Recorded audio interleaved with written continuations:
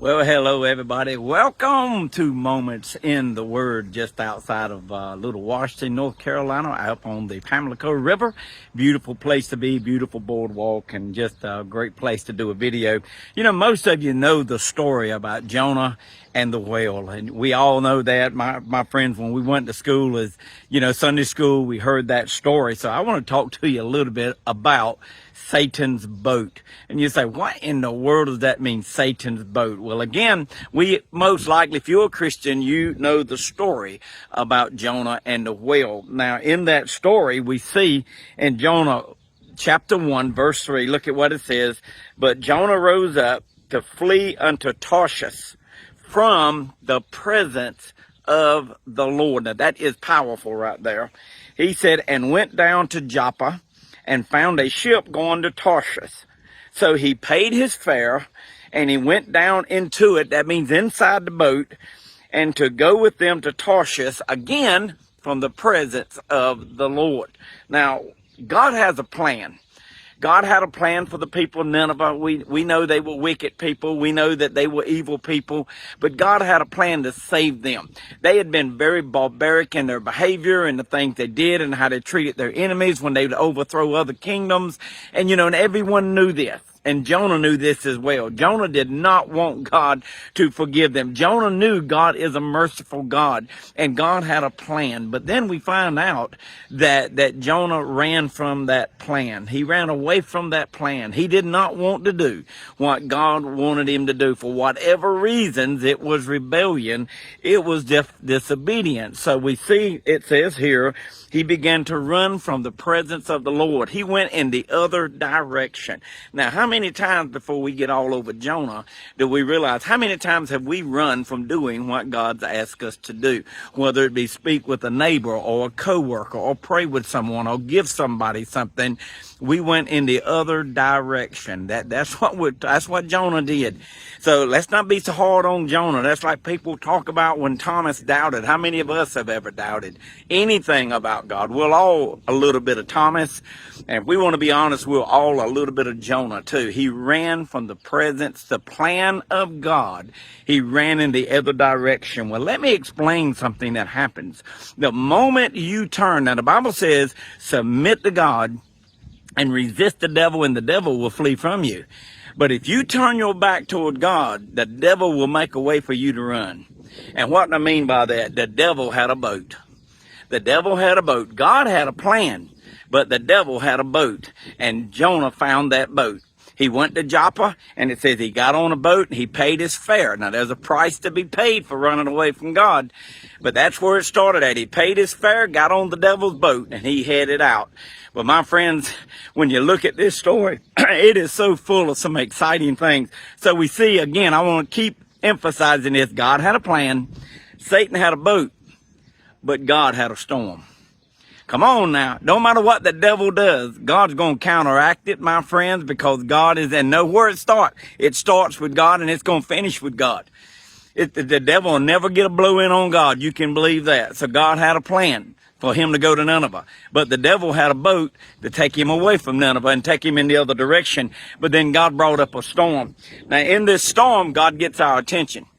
The men, they were rowing the boat. They were throwing stuff over. They were trying to lighten the ship. They were going, matter of fact, Jonah said he'd gone down in the ship. He was asleep.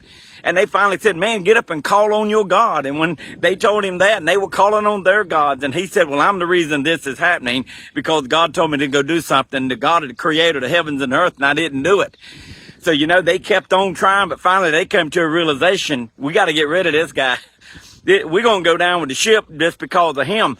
And so even Jonah agreed, hey, throw me over. If you don't, you're going to all perish. So God had a storm to get their attention. But then, better than that, God had a big fish. Woo! God had a big fish. And that was a situation and a circumstance to make Jonah be still and reflect. Wow. Isn't this a beautiful story? God had a plan. Satan had a boat. God had a storm. God had a fish. And in that fish, my friends, when you start running from God, next thing you know, frustration starts coming, situations start happening. Well, why would God do this? I thought he was a loving God. That is his love, honey. That is his love, horsefly. That is his love, buttercup.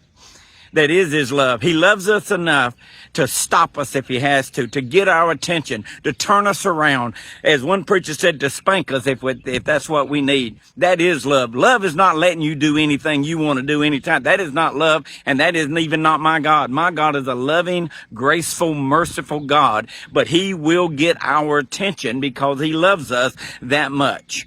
Not only, God could have sent somebody else to Nineveh, but Jonah needed to go to Nineveh. Jonah needed the blessing. Jonah needed the encounter. Jonah needed the lesson that he was going to learn at Nineveh. You see, God could have picked anybody.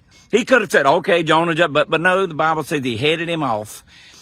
He brought up a storm. He brought up a fish. He got his attention. Now, my friends, today I want to tell you, I know God's calling a lot of you to do a lot of things. God's calling you to help people. God's calling you to bless people. God's calling you to do a certain ministry, to go a certain place, to help a neighbor. I know there's not one of us today that God's not moving us, because we go from one thing to the next, faith to faith, grace to grace, ministry to ministry. To my friends today, you may be in that situation where you have got in the boat.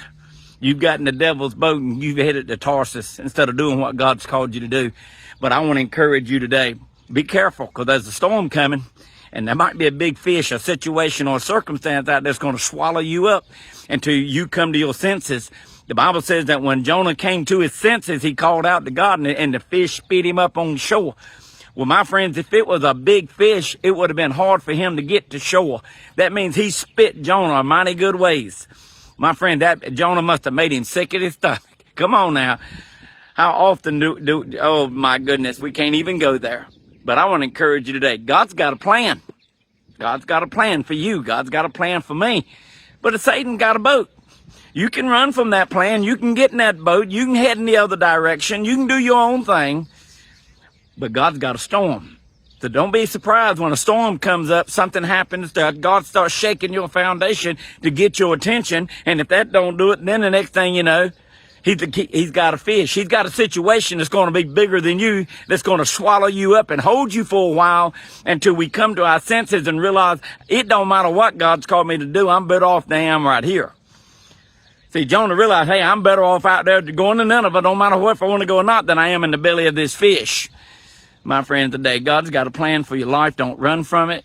And if you're in the devil's boat, you better get out quick as you can, because there's a storm brewing and there's a fish out there ready to swallow you. So let's go ahead and do what God's called us to do. Let's not be like Jonah. Let's learn from Jonah. Let's learn from what he went through and follow the plan of God he has for our life. God bless y'all. Have an awesome day. We'll be back with you again.